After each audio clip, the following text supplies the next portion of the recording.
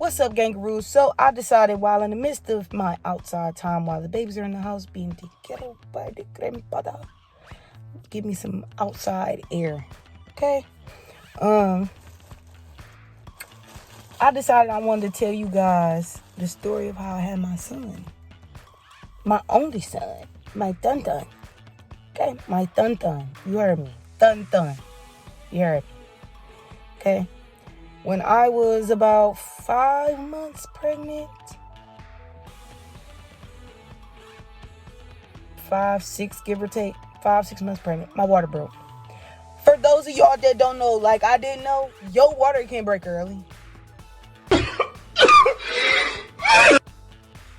And I ain't talking about a couple weeks early. I'm talking months early. Surprise, motherfucker. I've never had this happen to me. Okay? Never. Even with my other daughter, my water never broke. I didn't bleed, nothing. I was just having really bad cramps in my back. Come to find out, placenta abruption. Okay? Okay.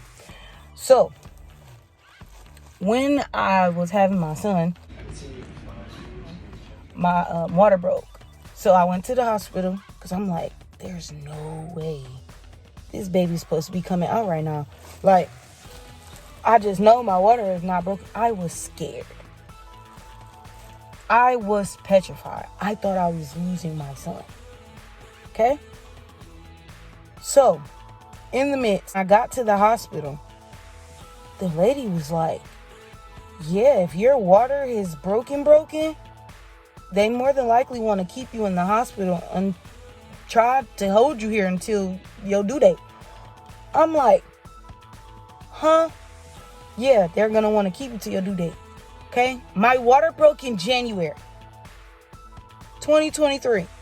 January 3rd, 2023 to be exact. My son's due date was not till April 20th. Do you hear me? That's how long they wanted to keep me in the hospital. Damn! So they verified my water was broke. I mean, I'm trying to keep calm, cool, collected. Because boy, am I feeling real loony bin. Because I'm trying to figure out, they really about to try to hold me in. Like, I don't got no choice. Okay. So, this is going to be the quick version. If y'all want detailed versions, because boy, the detailed version is something else. Because I went through some stuff in there, okay? Let me know down in the comments. But I just decided to tell y'all a quick little version. Right there. Okay, this angle is a little weird, but this is how we go.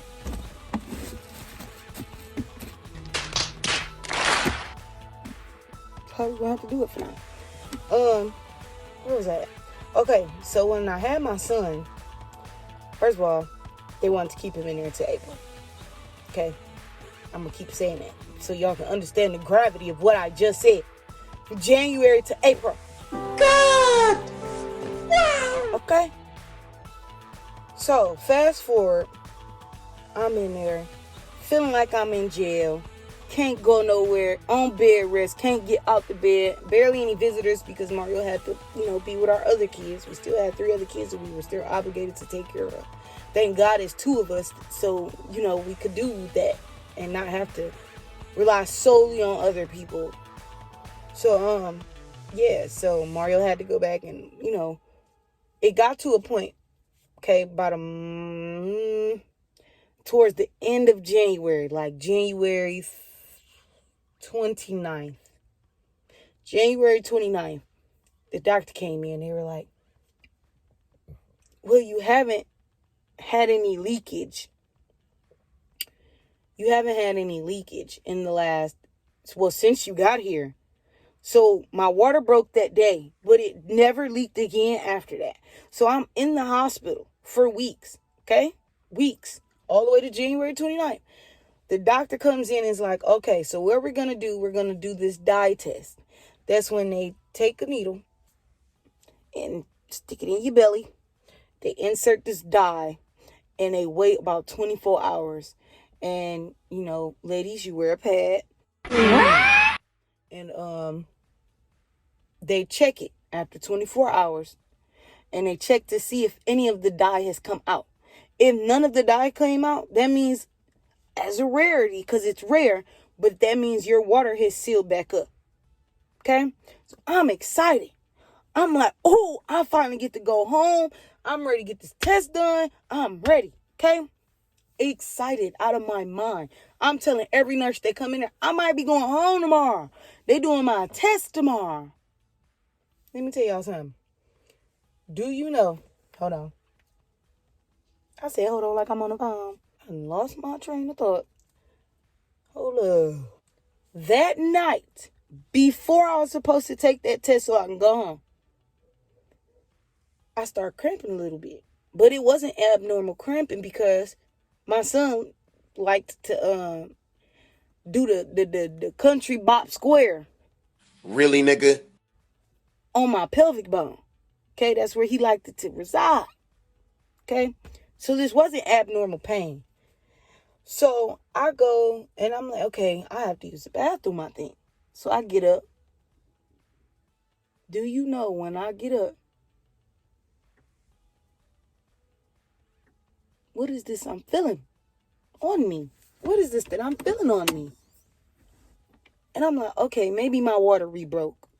Okay, funny turn of fate. Maybe my water broke again. He didn't like the sound of that, so he made my water break again. Something told me, turn the light on. I go to push that button, and I look down. I'm bleeding. And I'm not talking about spotting. I'm not talking about a slow trickle. I'm bleeding. In my mind, I'm losing my child. Oh, God. Like my hand was this bad. Let me explain to you how the nurses knew something was wrong. Because I'm not the type, I don't just keep pushing my button. I was in there for weeks. I don't just push my button just to be pushing it. Okay? When I pushed that button, the nurse heard my tone of voice. All I said was, I need someone to come in here. They ran in my room within maybe 5 seconds of me making that call. Because they knew if she's saying it like that, something's wrong.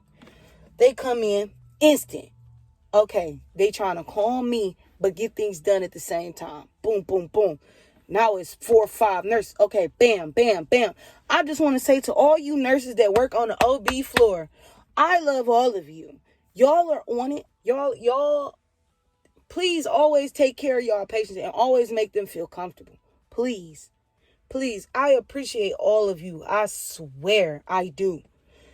I was scared. I've never, like I said, I've been pregnant 4 times.